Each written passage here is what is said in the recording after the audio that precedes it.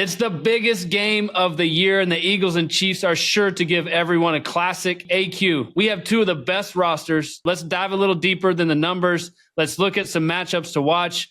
What do you got for us?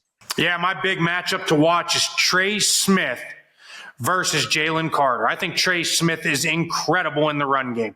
The problem is the run game hasn't been great. Will they continue to hammer it? Of course. That's what Andy Reid's going to do. He's going to stay balanced. He's going to hammer it, even if it's 2 to 3 yards in a cloud of dust. But the problem is with Trey Smith is whenever they go into the pass protection world and they're throwing it 30 times a game, 25 times a game, whatever it is, and he's matched up one-on-one with Jalen Carter, he struggles a little bit in one-on-one pass pro. That's where he struggles a little bit. A lot of his highlight blocks are when he's uncovered, helping the shade with Creed Humphrey, and he goes and gets some ribs on a D end. Or 3-tech loops out and he comes back and gets some ribs on the nose. But when he's one-on-one with an outside 3 technique, the hip opens, he gets pressed. There was a lot of pressure this past game. Now Patrick makes a ton of crazy plays, including the one where he kind of stepped up in the pocket, pressure, throw, and it could have been an interception, could have been a catch. They called it a catch. But that was pressure off the right guard, and it happens a lot. So I think Jalen Carter, Trey Smith, a big matchup to watch in this Super Bowl.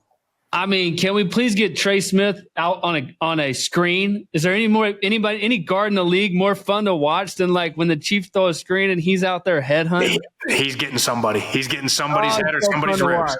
Yeah. So just more screens. That's what we're saying. Jay, where do you turn in this game? I think it's all about the stars, my friend. It's all about Saquon Barkley and matched up against the Kansas City Chiefs defense. We mentioned Spags and his ability to try to stop the run. The Chiefs only gave up 4.1 yards a carry this whole year, so they can't stop the run. They gave up some nice hits last week to James Cook, so I'm sure the Eagles are like, ooh, yeah, we got these guys. So that's always going to be the key. The big guys in the trenches, the tight ends in the core of the blocking game against the big guys for Kansas City, and then Nick Bolton and the rest of the guys in the secondary for the Kansas City Chiefs. It's a running game, without a doubt. Eagles are number one in rushing offense, Hurts and Barkley, no question about it. If that's not your key to the game, I don't know what is. Flip side of the ball, you got to have Patrick Mahomes. You know, how are you going to stop his off-schedule plays, your plaster drills? That's going to be most important. Keeping him in the pocket. You mentioned Jalen Carter on Trey Smith. And what about Nolan Smith? He's done an excellent job this playoffs. He's got 4 sacks, about 10 hurries. He's been playing his ass off. And then you got, obviously, Jordan Smith. All these guys, or Jordan Davis, all these guys are rushing pretty good for Philadelphia, which allows Vic Fangio to change up his coverage, his looks, which will give Patrick a little bit of trouble. But we all know Patrick, off-schedule plays, can do just about anything he wants. Finding Kelce, Xavier Worthy, Hopkins, whoever it is, Noah Gray, whoever it might be, he's got all kinds of options when he breaks contain. So Patrick Mahomes off schedule, Saquon Barkley running game, end of story. Turn on the TV, baby. What about your guy Burke, or Orion Burke? We're about to get there. Hold on. Oren Burke. Yeah. He had a good game, actually. I was wrong on him. He had a good game. Yeah. Jeez. Maybe I'm with Jay, man. I'm going to jump in right here. I think the matchup has got to be the Chiefs D versus this Eagles offensive line. What do we call them? The Stoutland Eagles. Like these guys are ridiculous, dude. And can the Chiefs D with Chris Jones, with Karlaftis, with these interior players, like can they stop the run game? Can they stop Barkley? And more than that, can they protect Hurts? Because so far the Eagles have exploited every defense. If you want to stop Barkley, Hurts played a great game last week. I mean, they stinking dropped 55 points on the Commanders in the NFC Championship. That's unbelievable. There's also a guy for the Chiefs defense that's pretty active in the running game, and that's Justin Reed. He's an excellent safety coming down in the box, creating havoc. He made some big plays last week against the Buffalo Bills, so he'll be a big part in stopping Saquon as well. Yeah. So can the Chiefs D like figure out a way to put one arm behind their back, as AQ says, and stop Barkley and keep Hurts upright? Like that's going to be a challenge for them. I mean, Spagnuolo will have a recipe for how to do this. It will be fun to watch. But to me, just the you could talk quarterbacks, you can talk receivers, you can talk tight ends, but at the end of the day, like you got to stop the run. And can this Chiefs defense against this number one offensive line unit in the NFL, like that's the matchup to watch. Where you got, Justin?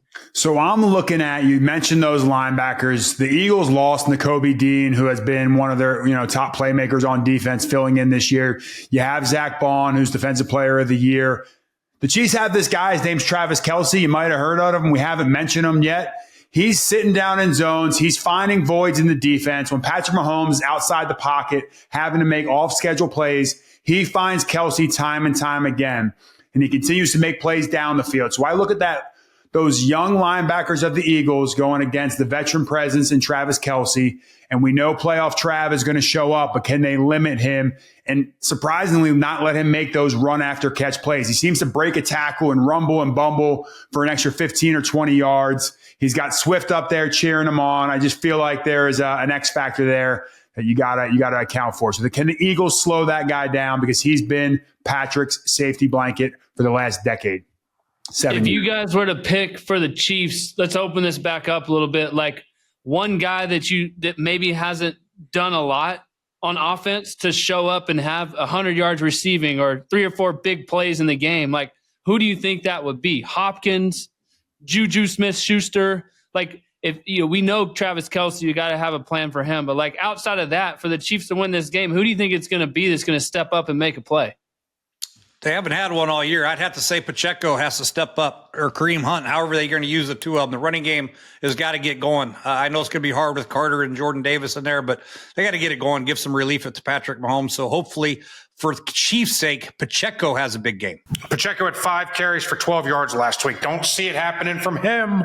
He got 2 weeks rest. 2 weeks rest. 2 weeks rest. Got it. Okay, perfect.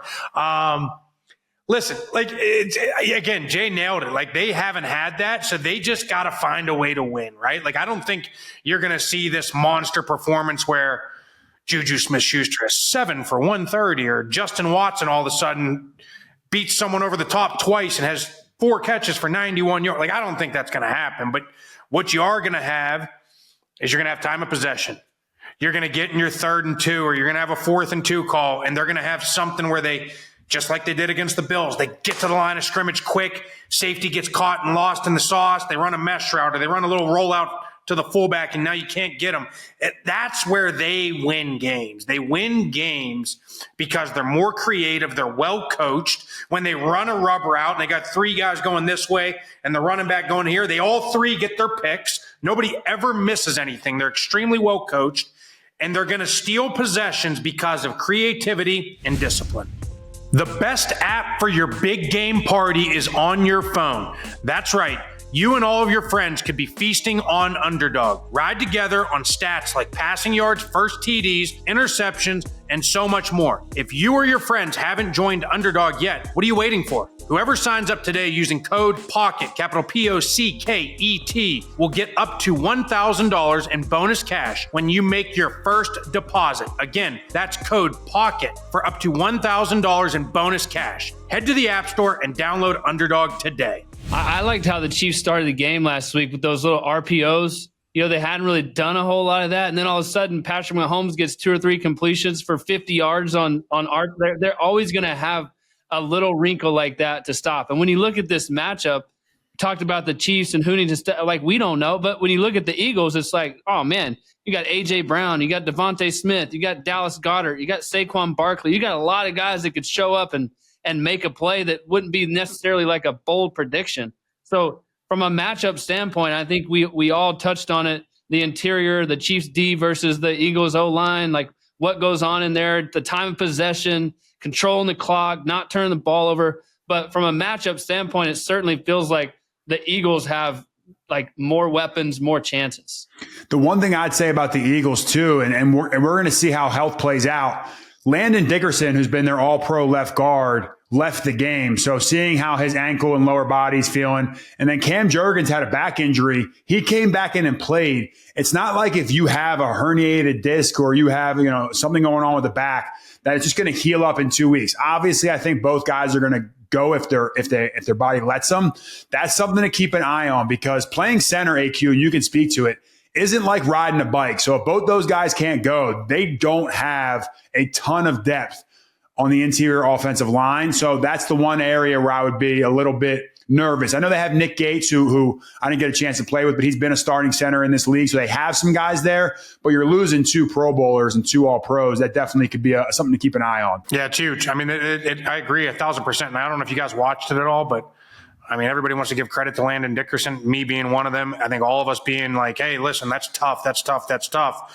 And you're a savage because you stayed in there. But boy, I mean, he could not move at all. Like, so like that knee is not, it's not in a good spot. I mean, he gets the holding call on the Jalen draw touchdown. And there was numerous other plays where whether it was inside zone or a block back, where literally he's dragging that leg. So I hope that MCL heals up real quick in about 2 weeks. I hope it does.